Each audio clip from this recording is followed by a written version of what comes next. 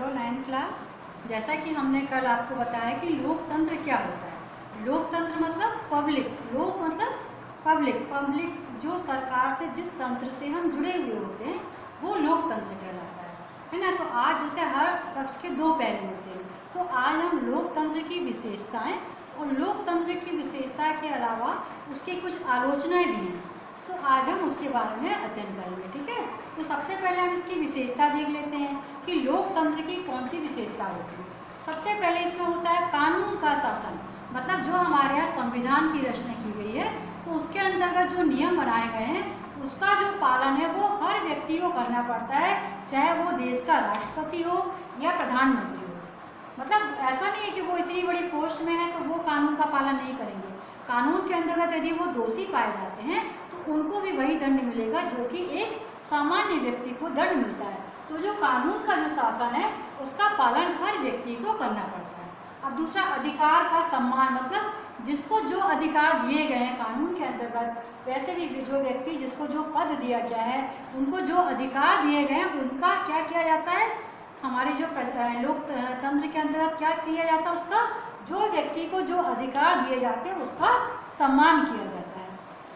अब तीसरा लिखेंगे, एक व्यक्ति एक वोट और एक व्यक्ति एक वोट और एक मोल, मतलब कोई भी व्यक्ति है जो भारत का निवासी है और वह पागल या दिवालिया यदि नहीं है और भारत का निवासी है और वह वयस्क हो गया है, मतलब कि 18 वर्ष की आयु उसकी हो गई है, तो उसको वोट देने का अधिकार प्राप्त होता है। अर्थात एक व्यक्ति एक ही वोट दे सकता है। ऐसा नहीं कि एक व्यक्ति है तो वो कई वोट डाल दे, ऐसा नहीं। एक व्यक्ति कितना वोट देगा, एक वोट देगा, और उसका मोल भी कितना होगा, एक ही मोल। एक व्यक्ति एक वोट और एक मोल, मतलब उसका जो मोल मतलब उसका जो वो होती है वैल्यू उसकी एक ही होगी। ऐसा नहीं कि किसी बड़े व्यक्ति ने यदि वोट डाला तो उसकी वैल्यू अधिक है या किसी गरीब ने वोट डाला तो उसकी वैल्यू कम है, ऐसा नहीं होता। अर्थात एक व्यक्ति एक वोट और एक मोल। इसके बाद होता है स्वतंत्र व निष्पक्ष चुनाव। हमारे यहाँ जो प्रजातांत्रिक प्रणाली है जिसके अंतर्गत जो चुनाव होते हैं, चुनाव कितने वर्षों में होते हैं, 5 वर्षों में होते हैं।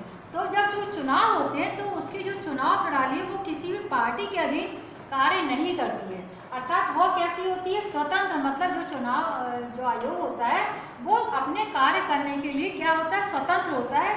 और निष्पक्ष मतलब वो किसी भी पार्टी के पक्ष में कोई फैसला नहीं करता, मतलब जो काम जो करेगा वो निष्पक्षता से करेगा। ठीक है, तो इसको इसीलिए इसको कहते हैं स्वतंत्र व निष्पक्ष चुनावी मुकाबला। जो चुनाव के समय जो मुकाबले होते हैं, हर पार्टी के जो सदस्य खड़े होते हैं, है ना, तो अलग अलग पार्टी के अलग अलग सदस्य, तो कोई भी जो सरकार है उस वक्त यदि कोई सरकार बनी हुई है तो वो किसी पार्टी के पक्ष में कोई काम नहीं करेगी। वो भी उस वक्त क्या होगा, जो फैसला लिया जाएगा वो सबके हित को ध्यान में रखते हुए निष्पक्ष लिया जाएगा। अर्थात स्वतंत्र व निष्पक्ष जो चुनावी प्रक्रिया होती है वो क्या होगी, स्वतंत्र व निष्पक्ष चुनावी प्रक्रिया होती है। तो निष्पक्ष व स्वतंत्र चुनावी मुकाबला इसको कहते हैं। अब चुने हुए नेता द्वारा प्रमुख फैसले। अब हमारे यहाँ जो लोकतांत्रिक प्रणाली है उसके अंतर्गत क्या होता है, नेता चुने जाते हैं। अब जो नेता जो फैसला करते हैं वही क्या होता है, मान्य होता है। क्यों? क्योंकि हमने जो है वो उस नेता को चुनकर वहाँ संसद तक पहुँचाया है और वहाँ पे जब वो मंत्री बना है तो यदि वह कोई फैसले लेता है तो वो देश के हित के लिए ही लेगा। तो जो चुने हुए जो नेता द्वारा है वो प्रमुख फैसले, अब जनता तो नहीं लेगी, जनता के लिए प्रमुख फैसले कौन लेगा, उस पद के लिए चुना हुआ जो व्यक्ति है वो लेगा। तो चुने हुए नेताओं के द्वारा प्रमुख फैसले लिए जाते हैं, चुने हुए प्रमुख फैसले करना।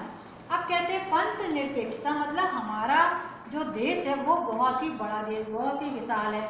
अनेक जाति धर्म समुदाय यहाँ के लोग यहाँ पे निवास करते हैं। तो हमारे देश से लोकतंत्र जो प्रणाली है उसके अंतर्गत किसी भी व्यक्ति को उसकी भाषा धर्म उसकी जाति संप्रदाय के आधार पर उससे कोई भेदभाव नहीं किया गया। मतलब हर एक व्यक्ति जो है उसको समान अधिकार दिया गया। ये नहीं है कि वो किसी विशेष उसका है तो उसके लिए कोई विशेष योग्यता रखनी है या किसी अलग से कोई उसको स्पेशल उसको छूट दी जाए, ऐसा नहीं है। जो सरकार है उसकी नज़र में है जो हर व्यक्ति है वो सब क्या है, एक समान है। मतलब पंथ धर्म जाति के आधार पर किसी से कोई भी भेद नहीं किया जाएगा।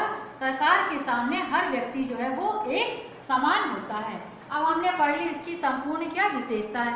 अब हम देख लेते हैं लोकतंत्र के खिलाफ तर्क। अब हर जो चीज़ें होती हैं उसके पक्ष में यदि कुछ चीज़ें हैं तो विपक्ष में भी कुछ चीज़ें होती है। तो अब हम देख लेते हैं उसके खिलाफ मतलब क्या तर्क है या दोष। अब लोकतांत्रिक जो प्रणाली है उसके क्या दोष है हम ये पढ़ रहे हैं, ठीक है। आपको क्वेश्चन आंसर में भी ये करना है। तो लोकतांत्रिक जो प्रणाली होती है इसमें लोकतंत्र में क्या होता है, नेता जो है हमारा है वो बदलता रहता है।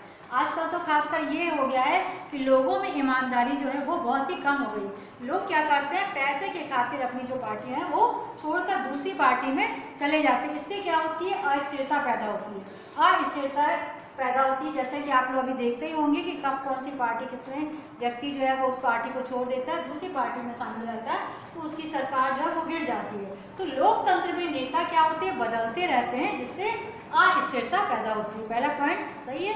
दूसरा, लोकतंत्र का मतलब सिर्फ राजनीतिक लड़ाई और सत्ता का खेल है। मतलब आजकल जो लोकतंत्र, पहले जो लोग हुआ करते थे तो वो लोकतंत्र में यदि वो जाते थे जनता के द्वारा यदि चुन के, तो उनकी भावना सेवा की भावना होती थी। वो जनता के लिए, अपने देश के लिए कुछ कर गुजरने के लिए ही जाते थे। लेकिन आज जो लोगों की जो भावना है, उनकी जो सोच है वो बदल गई है। वो लोग जो है, आजकल जो लोग हैं वो जनता की सेवा और देश की सेवा के लिए नहीं जाते हैं, वो स्वयं अपनी सेवा के लिए, अपना पेट भरने के लिए जाते हैं। तो इस तरह से लोकतंत्र का मतलब आजकल सिर्फ राजनीतिक लड़ाई रह गई। जैसा कि आप इस समय देखते ही होंगे, राजनीतिक लड़ाई, सब एक दूसरे पक्ष विपक्ष एक दूसरे के दुश्मन बने रहते हैं। मतलब देश के हित में, जनता के हित में कभी कोई फैसला नहीं लिया जाता, लोग आपस में ही लड़ते रहते हैं। तो लोकतंत्र का मतलब सिर्फ राजनीतिक लड़ाई और सत्ता का खेल हो गया। मतलब सत्ता मतलब अपनी सीट पाना, राजनीतिक सीट जो है उसमें अपनी मंत्री पद पाना, यही रह गया लोगों का मतलब। और नैतिकता मतलब नियम कानून की आजकल कोई जगह नहीं रह गई। यह भी बिल्कुल भी सत्य है आज के समय में, क्योंकि जो ईमानदार व्यक्ति है वो आजकल नेता जो है वो बन ही नहीं सकता। यदि वो नेता है और यदि वो ईमानदारी से काम कर रहा है तो अन्य जो भ्रष्ट कर्मचारी हैं वो उसको वहाँ पर रहने ही नहीं देंगे उसको, क्योंकि ईमानदारी से काम करने ही नहीं देंगे। क्योंकि जब अनेक भ्रष्ट है तो वहाँ एक जो शरीफ व्यक्ति है वो काम कर ही नहीं पाता, उसको वहाँ से अलग कर दिया जाता है या उसे मरवा दिया जाता है। अब तीसरा हो जाता है, लोकतांत्रिक व्यवस्था में बहुत से लोगों से बहस और चर्चा करनी पड़ती है। अब कोई भी जब बिल पास होता है तो सीधे डायरेक्टली पास नहीं होता, उसको कई प्रक्रिया से गुजरना पड़ता है। तो जब कई प्रक्रिया से कोई भी बिल पास होगा, वो गुजरेगा समस्या को लेके, तो अब उससे क्या होता है, फैसला जो लेने में काफ़ी देर हो जाती है। अब जैसे बाबरी मस्जिद, इसका जो फैसला वो कितने सालों से टल रहा था, बड़ी मुश्किल से इसका निपटारा हुआ कि वहाँ पे मंदिर बनेगा या मस्जिद जो भी बनेगा, तो मंदिर बनने का फैसला काफ़ी कितने साल लग गए। तो इस तरह से कोई भी जो व्यवस्था होती है ना, इसमें फैसले लेने बहुत टाइम, क्योंकि कई बार मीटिंग होती है, लोगों की बहस होती है, अलग अलग पार्टियों की राय ली जाती है। तो इस प्रकार जब सर्वमत से सब फैसला लेते हैं तब वो पारित किया जाता है। इस तरह फैसले लेने से देरी होती है तो चुने हुए लोगों के हितों का, इससे उनको जो नेता जो चुनकर जाते हैं उनको पब्लिक के हित का पता ही नहीं होता, वो पब्लिक के हित के बारे में सोचते ही नहीं हैं। अर्थात लोकतांत्रिक व्यवस्था में बहुत से लोगों को बहस और चर्चा करनी पड़ती है, जिससे फैसले लेने में देरी हो जाती है, होती है अक्सर देरी होती है फैसले लेने में। अब जो चुने हुए जो नेता होते हैं, जो जाते हैं चुनकर, उन लोगों को पब्लिक के हित के बारे में कुछ, वो सिर्फ अपनी सत्ता को, मतलब अपना वहाँ सीट पाने के लिए जो होते हैं वो खड़े हो जाते हैं, और उनको जनता के लिए, उनको कोई, जनता को किस चीज़ से फ़ायदा है, जनता के लिए वो कोई भी काम नहीं करना चाहते, और ऐसे ही वो कोई फैसले नहीं लेते जो कि जनता के हित में होते हैं। इसके बाद लोकतंत्र में चुनावी लड़ाई जो होती है वो बहुत महत्वपूर्ण होती है। मतलब कि चुनाव तो लड़ना ही पड़ता है, यदि आपको कोई वहाँ पद चाहिए तो बिना उसके तो चुनाव लड़े तो व्यक्ति खड़ा हो ही नहीं सकता है। तो जो लोकतंत्र में जो चुनावी लड़ाई होती है वो बहुत महत्वपूर्ण होती है और बहुत ही ज़्यादा खर्चीली भी होती है। और जिससे, इसलिए क्या होता है, जब खर्चीली प्रणाली होगी तो उससे भ्रष्टाचार अपने आप होता है, क्योंकि बहुत से लोग जो बड़े बड़े कद्दावर नेता जो होते हैं, जो प्रमुख उद्योगपति होते हैं, वो नेताओं को पैसा खिलाते हैं ताकि उनके काम बन जाए, वो पार्टी को पैसा देते हैं। तो इस प्रकार क्या होता है, और फिर वो पार्टी लोग जो है गलत काम करते हैं और पार्टी उनका कोई विरोध नहीं करती। क्यों नहीं विरोध करती? क्योंकि वो तो उनसे स्वयं पैसा लेके सरकार बनाते हैं। तो इस तरह से जो है हमारे जो देश की जो लोकतांत्रिक व्यवस्था है उसमें इस तरह से भ्रष्टाचार भरा पड़ा है आज के समय में। तो लोकतंत्र में चुनावी लड़ाई महत्वपूर्ण और खर्चीली होती है, जिसमें इसमें भ्रष्टाचार बहुत अधिक मात्रा में होता है। अब जो सामान्य लोग होते हैं, जो सीधे साधे ग्रामीण लोग होते पता ही नहीं होता है कि क्या देश में चल रहा है। क्यों? क्योंकि वो निरक्षर होते हैं, पढ़े लिखे नहीं होते। उनको ये पता ही नहीं होता है कि जो चुनाव हो रहा है तो हम किसको वोट दें, कौन सा व्यक्ति सही है, कौन सा व्यक्ति गलत है। क्यों? क्योंकि वो उनको तो उस व्यक्ति के बारे में पता ही नहीं है। जो व्यक्ति आए, जिसने लालच दे दी और उसके पक्ष में वो वोट डाल देते हैं। तो इसलिए इस तरह की चीज़ का सिर्फ फैसला नहीं करना चाहिए, या इसलिए सामान्य लोगों को पता ही नहीं होता है कि उनके लिए क्या चीज़ अच्छी होती है और क्या बुरी, इसलिए उन्हें किसी चीज़ का फैसला नहीं करना चाहिए। मतलब लोकतंत्र में ऐसी व्यवस्था होनी चाहिए कि जिसको इस चीज़ का पता ही नहीं है कि कौन व्यक्ति सही है कौन गलत है, तो उनको इस तरह से फैसला नहीं लेना चाहिए।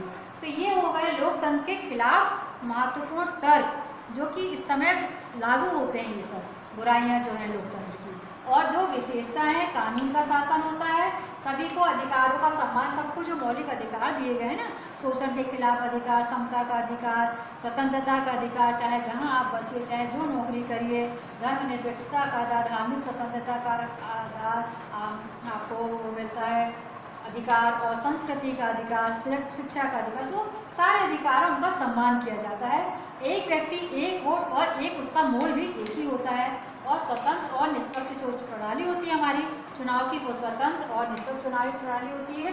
और चुने हुए नेता के द्वारा प्रमुख फैसले, जो हम जिसको नेता चुनते हैं उनके द्वारा ही प्रमुख फैसले लिए जाते हैं। और पंथ निरपेक्षता, मतलब हमारे यहाँ जो भारत बहुत बड़ा देश है, अनेक पंथ, जाति, धर्म, संप्रदाय के लोग निवास करते हैं, तो उनको किसी प्रकार से कोई भी उनमें क्या है, उनमें भेदभाव नहीं किया जाता। सरकार उसकी कानून की नज़र में भी एक होते हैं, इसलिए इसको कहते हैं पंथ निरपेक्षता। तो आज हमने ये देख ली प्रमुख विशेषताएं और लोकतंत्र की क्या है प्रमुख उसके खिलाफ तर्क अथवा लोकतंत्र की दोष और लोकतंत्र की विशेषता। इनको आप अपनी कॉपी में नोट करिए और इसकी फोटो खींच के हमको भेजिए, ताकि हमको ये पता लगे कि आप अपनी कॉपी में लिखते जा रहे हैं कि नहीं। ये नागरिक शास्त्र इसका पहला लेसन है लोकतंत्र। तो कल हमने लोकतंत्र के बारे में महत्वपूर्ण जानकारी दी है, और आज हम पढ़ रहे हैं इसकी विशेषताएं और लोकतंत्र के खिलाफ तर्क। तो इसको आप नोट कर लीजिए। आज के लिए इतना ही। अब हम इसके नेक्स्ट पीरियड में इसके क्वेश्चन आंसर आप लोग कर लेंगे। ठीक है, तो आप इसको नोट डाउन कर लीजिए।